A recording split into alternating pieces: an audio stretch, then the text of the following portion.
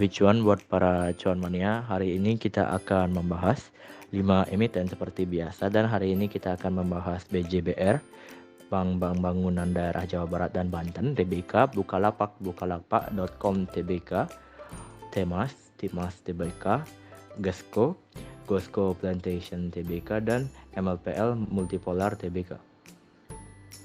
Tanpa lama-lama lagi kita langsung akan bahas emiten yang pertama. Ini ada BJBR. BJBR pada tanggal 7 April ini merupakan come date dari pembagian dividennya BJBR ini, dan hari ini membentuk sebuah gap down yang cukup besar. Bisa kita lihat di area ini.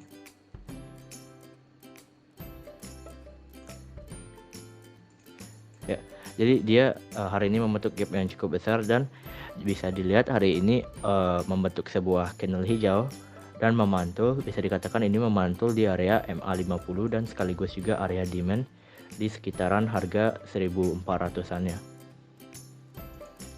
Jika ia memantul di sini dan berhasil menguat, dan ini juga bisa berpotensi menutup gapnya di sekitaran harga 1480-an. Tetapi perlu diperhatikan juga di sini terdapat sebuah area demand turned into supply yang merupakan sebuah resisten yang cukup kuat gitu.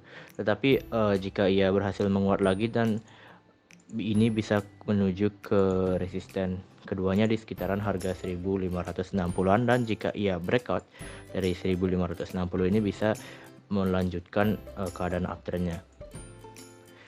Ini juga bisa dilihat dari area volumenya ini. Walaupun kemarin volume penjualannya sangat besar, bisa dilihat hari ini juga volume pembeliannya hampir sama besarnya gitu. Untuk emiten yang kedua ini ada Bukalapak.com TBK. Bukalapak.com TBK ini hari ini melakukan pelemahan sebesar 2,25%. Dan bisa dilihat di chartnya ini Bukalapak ini sedang dalam proses pembentukan right shoulder dari pattern inverted head and shoulder-nya di dalam time frame daily-nya, dengan potensi melakukan retracement ke sekitaran area MA50-nya di harga 340-an bisa dikatakan.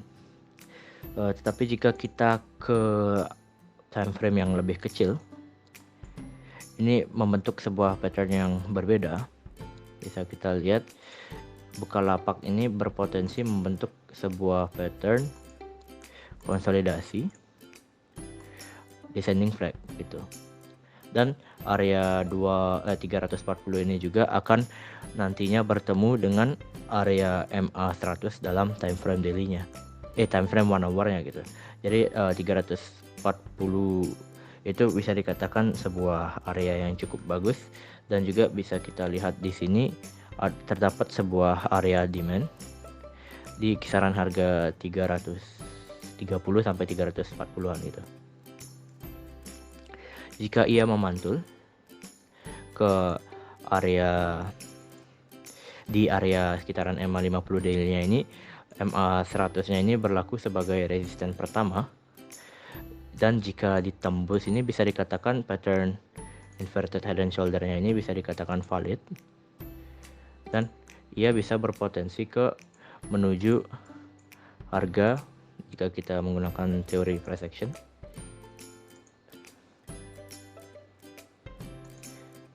Ini dia bisa menuju ke sekitaran harga 500-an gitu sebagai target dari Bukalapak ini jika ia berhasil menguat gitu. Bisa juga dilihat kalau saat ia melakukan kenaikan, bisa kita lihat di sini ia melakukan kenaikan dengan volume yang tinggi, sedangkan saat ia melakukan koreksi ini volumenya cukup rendah gitu. Ini bisa dikatakan cukup bagus. Untuk emiten yang ketiga ini ada Temas TBK. Temas hari ini menguat sebesar 3%. Tetapi bisa dilihat volumenya belum ada volume yang signifikan gitu dalam beberapa hari kemarin, dan bisa dikatakan keadaan Timas saat ini masih dalam keadaan sideways gitu, indecision market. Bisa kita lihat Timas pada saat ini mendekati area MA100, dan jika ia besok melakukan penurunan ini, dia bisa menuju ke sekitaran area MA100 yang merupakan area support kuat, dan bisa bagi cuan mania ingin melakukan pembelian ini bisa melakukan buy on weakness pada area MA100. Tetapi jika ia tidak melakukan penurunan dan langsung melakukan penguatan ke sekitaran area resistennya ini, dia bisa berpotensi membentuk sebuah pattern ascending triangle. Dan jika breakout dari area neckline dari ascending triangle di harga 1655 sekaligus bertemu dengan MA20 daily-nya ini, dia bisa berpotensi menuju ke area gap down-nya di harga 1880 sebagai target dari ascending triangle-nya. Gitu.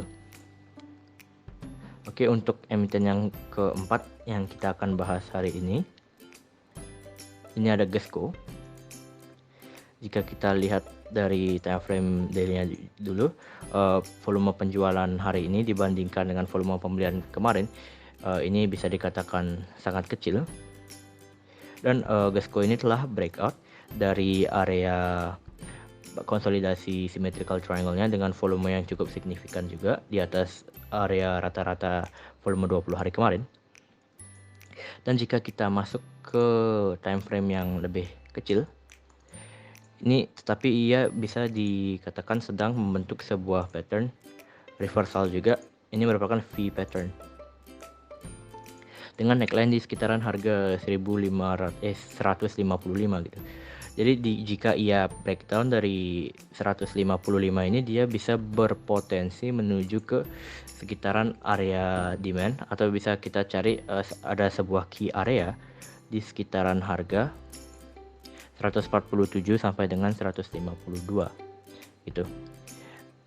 Dan jika kita lihat juga key area-nya ini juga tertahan oleh banyak MA dari time frame 1 hour ya. Dan jika kita lihat juga di time frame daily-nya, dia akan tertahan oleh area MA20 dalam time frame daily-nya gitu. Untuk emiten yang terakhir kita akan bahas hari ini ada MLPL yang hari ini melakukan penguatan sebesar 0,86%. Ini merupakan salah satu emiten yang berafiliasi dengan Goto yang akan IPO pada hari Senin nanti. Jika kita lihat MLPL ini pada saat ini sedang berada di area demand, dan jika kita lihat ia juga bisa saja berpotensi membentuk sebuah pattern ascending triangle itu. Dan dia juga dalam swing low tiga swing low terakhir, ia konsisten membentuk sebuah higher low. Dan jika kita masuk ke time frame yang lebih kecil,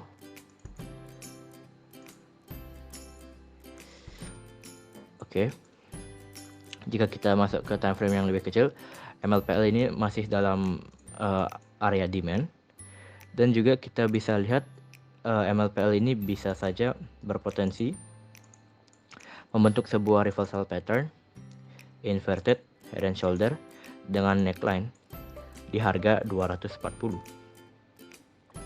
Kita bisa lihat di sini. Jadi untuk yang ingin melakukan pembelian sudah bisa mulai melakukan pembelian bertahap, tetapi harga terbaik untuk melakukan pembelian merupakan di area MA200 dari time frame 1 hour-nya di sekitaran harga 228 sampai dengan 230. Dan jika breakdown membentuk candle merah yang kuat di area MA200 tersebut, rekan-rekan disarankan untuk melakukan pembatasan risiko atau cut loss gitu. Demikianlah analisa rekomendasi saham hari ini yang bisa kami sampaikan. Semoga bisa menjadi referensi bagi para cuan mania di dalam mengambil keputusan untuk menjual ataupun membeli. Di sini kami sekali lagi tekankan dan garis bawahi bahwa analisa rekomendasi saham ini tidak untuk mengajak cuan mania membeli ataupun menjual saham-saham yang kami analisa, dan kami juga tidak bertanggung jawab atas segala keuntungan maupun segala kerugian yang terjadi akibat analisa rekomendasi saham dari kami ini.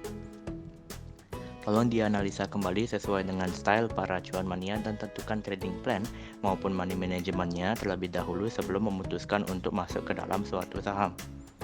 Akhir kata, terima kasih telah menonton video kami, dan jangan lupa untuk subscribe, komen, like, dan juga share kepada para cuan mania yang membutuhkannya.